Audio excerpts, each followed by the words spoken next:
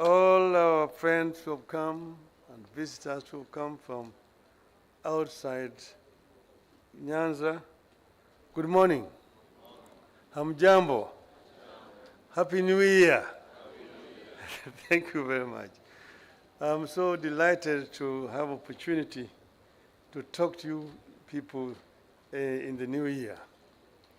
Bringing to you greetings from outside Kenya, from some of the friends of Kenya whom I've been meeting these last few days. Now we also welcome here to LV Marina. But now we're LV Marina, but this ground where we are here is also known as Kisumu molasses plant. So I think it is perfect in order to explain to you people, because I know that the media is going to be making a lot of speculations about how and why we are doing this. This plant, which is next door here, was put up here at the time of the oil crisis of 1972-73. The government came up with the idea of setting up a plant to manufacture ethanol from sugar production, and that this ethanol will be blended with the fuel, a ratio of about 25%, to reduce the cost of imports of oil, which was being done at that time, because the price of crude had gone up so high. Then the construction then started. The government went into partnership with some other companies. But while that was going on, because then OPEC had been established, and OPEC kept on increasing the prices of crude. But then, all of a sudden, the oil price began to go down. The crude price began to go down.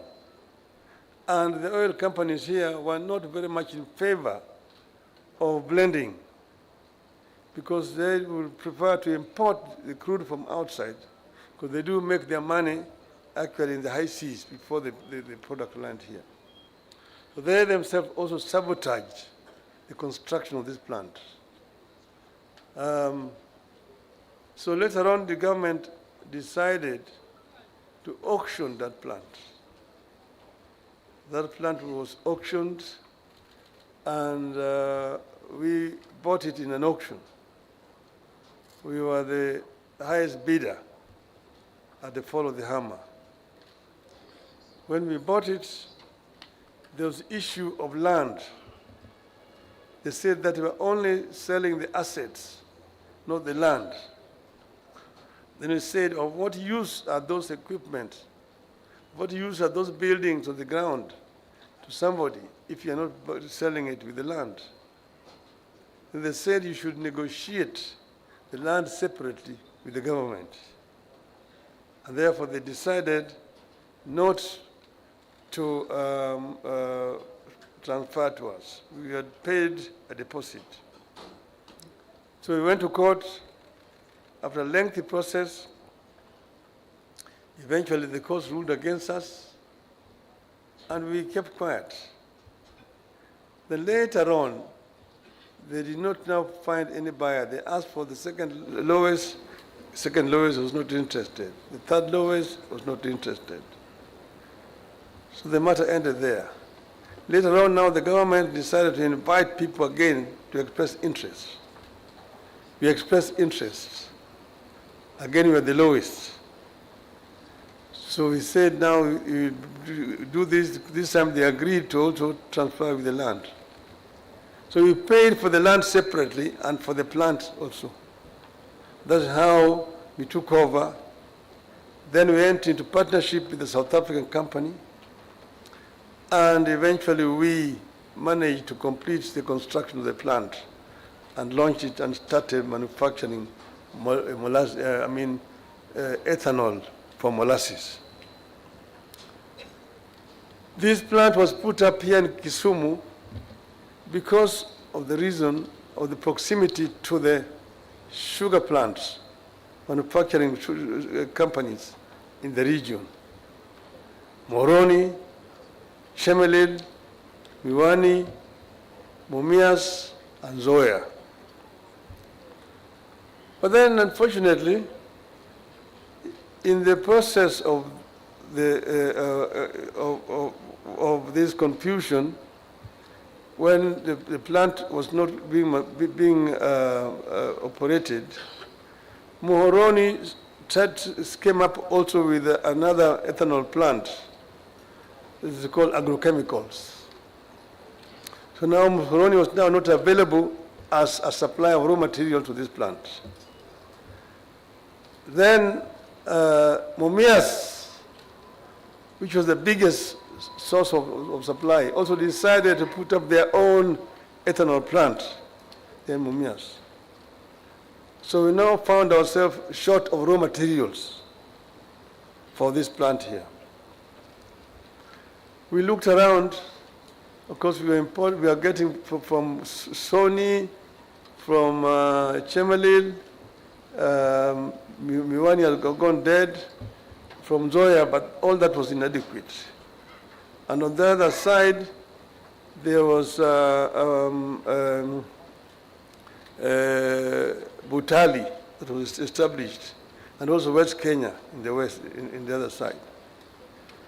So we now had a problem of raw materials.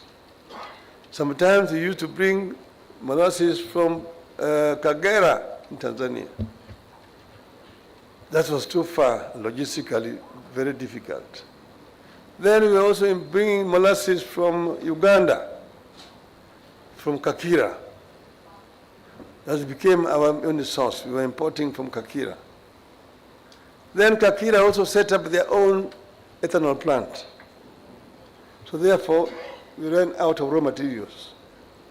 So this plant here was closed because of lack of raw materials to produce ethanol.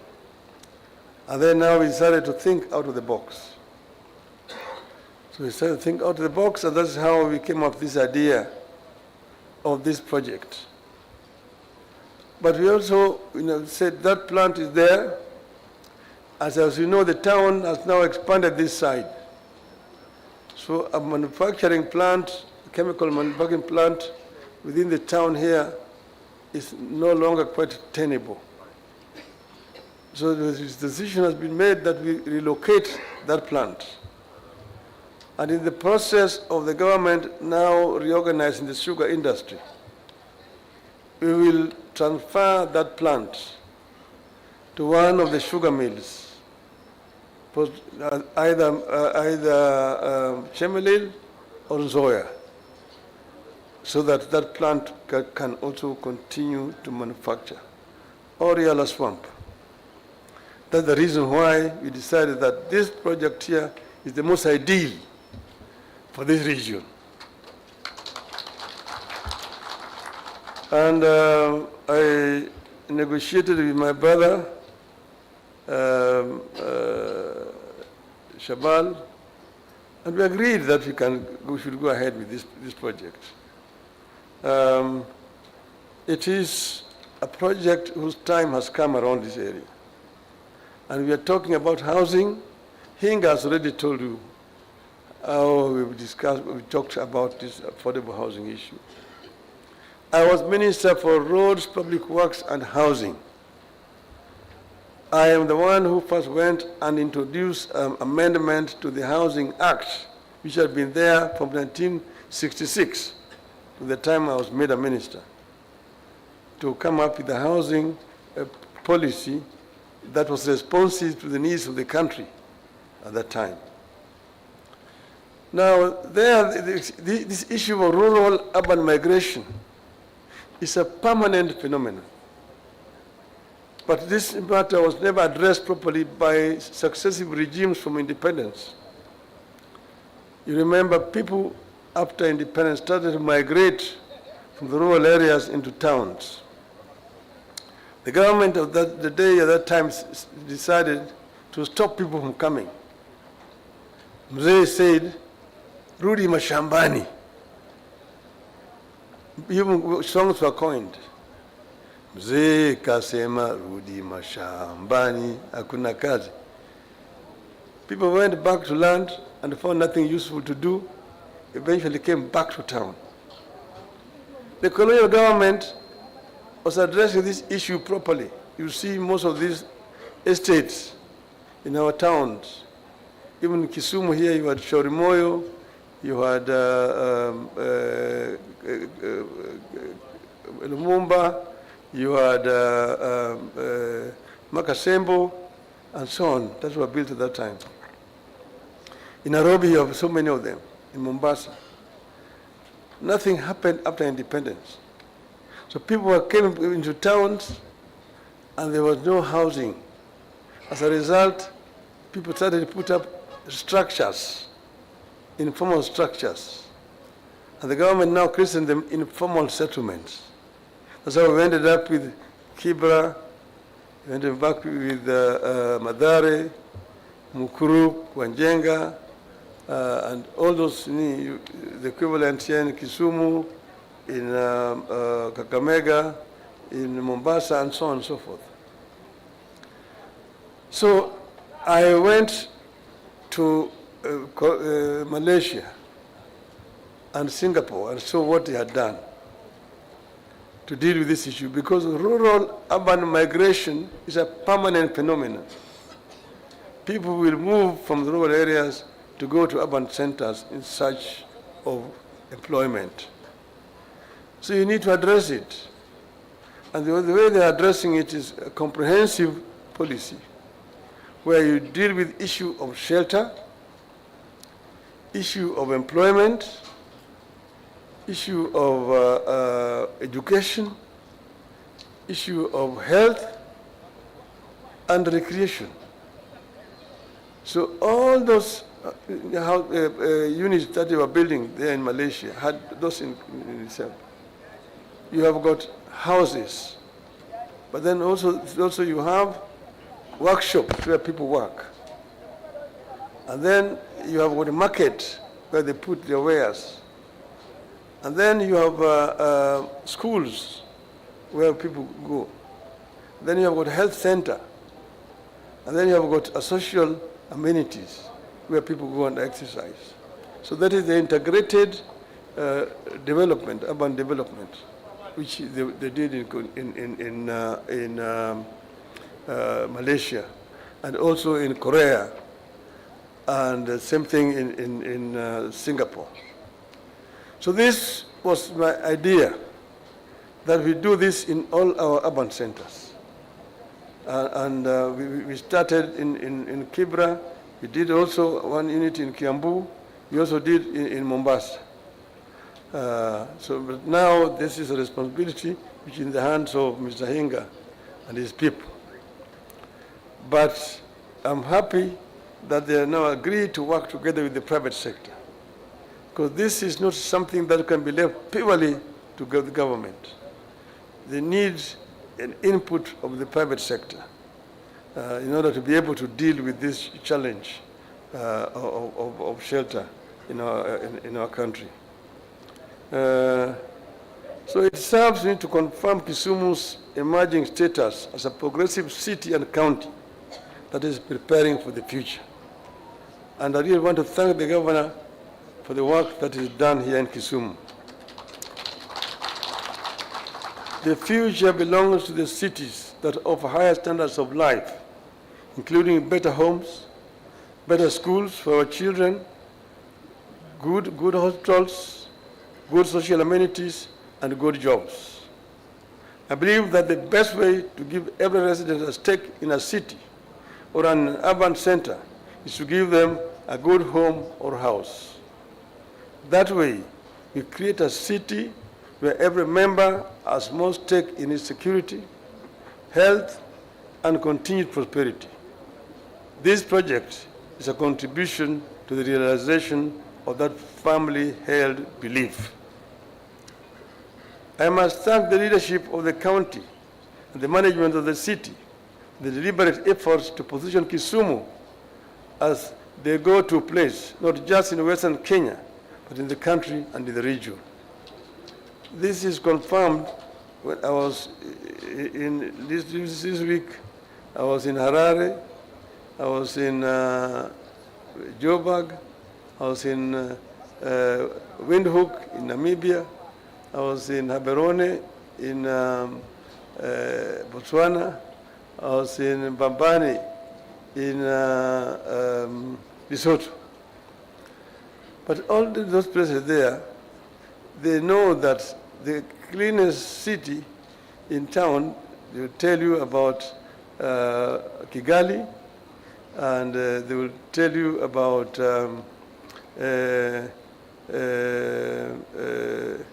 there's a city in Benin, Cotonou, and then they tell you about Kisumu.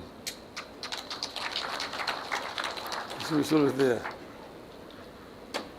The proliferation of slums in our urban centers, Kisumu included, has led to the inability of the county authorities to provide adequate services to their citizens.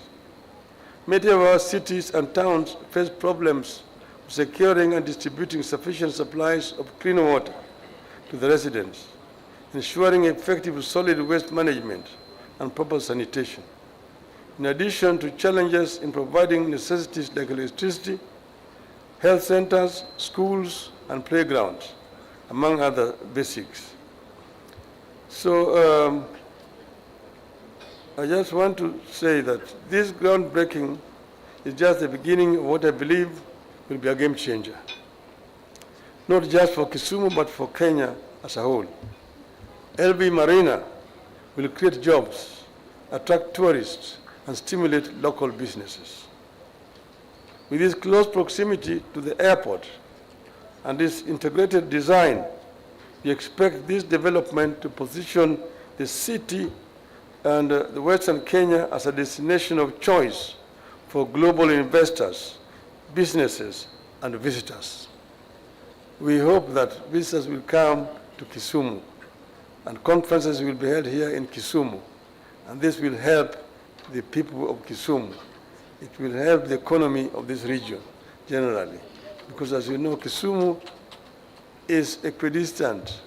Kakamega is next door, Busia, just other there, Bungoma, you've got Kericho, you've got Nandi Hills, Kapsabet, you've got Kisii, Nyamira, Homa Bay, Kisumu Dala. So we welcome our friend from Mombasa. I want to tell you a story about Mombasa and Kisumu. You know, they built a railway line from Mombasa all the way to Kisumu. It was called Kenya-Uganda Railway. Now somebody will ask, why was it called a Uganda Railway and it only ended in Kisumu? Reason is because at that time Kisumu was part of Uganda. It was the capital of Eastern Province of Uganda, which went all the way up to Nakuru. And that's what Idi Amin was trying to claim. So now in those days, there was no lifts or cranes. People used to carry goods on the back. When the ships brought goods in Mombasa, they would be lifted and put on the wagons, the train. Then the train will bring them all the way to Kisumu. And when they arrived here, then they will now remove them from the train and put them into the ship to be taken across to Port Bell in Uganda.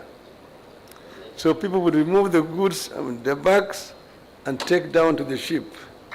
When they came here, they found people who are much stronger. They said, hawa watu ni stronger than wale Waswahili huko Mombasa. So that's how they started to import labor from here to Mombasa. And so we found the Jaluos and Banyalas working there in Mombasa, and the dock workers. That is the history. Now walipofika kule wanakaa Mombasa, na baadaye wanapata buibui. Sasa kupata buibui, sasa akienda kufanya kazi, anafanya kazi, akirudi namna hii, anaingia, oh mwanangu, najua umechoka kabisa, karibu. Sasa kuna maji moto imewekwa pale ya kuosha mguu. Karibu mwanangu. Alafu anafisha mguu, chakula iko tayari. Anakaa. Jamaa anasahau ya kwamba bibi aliwacha hapa nyumbani. Bibi aliwacha nyumbani, anatawaliwa na ndugu yake hapa. Sasa jamaa anakaa, anasahau kabisa alikuwa mmoja bibi na watoto hapa. Anakaa mpaka jamaa anakufa. Sasa jeneza ndio inakuja. Ndio wakasema Mombasa kuingia ni harusi, kutoka ni matanga. Asanteni sana. Welcome.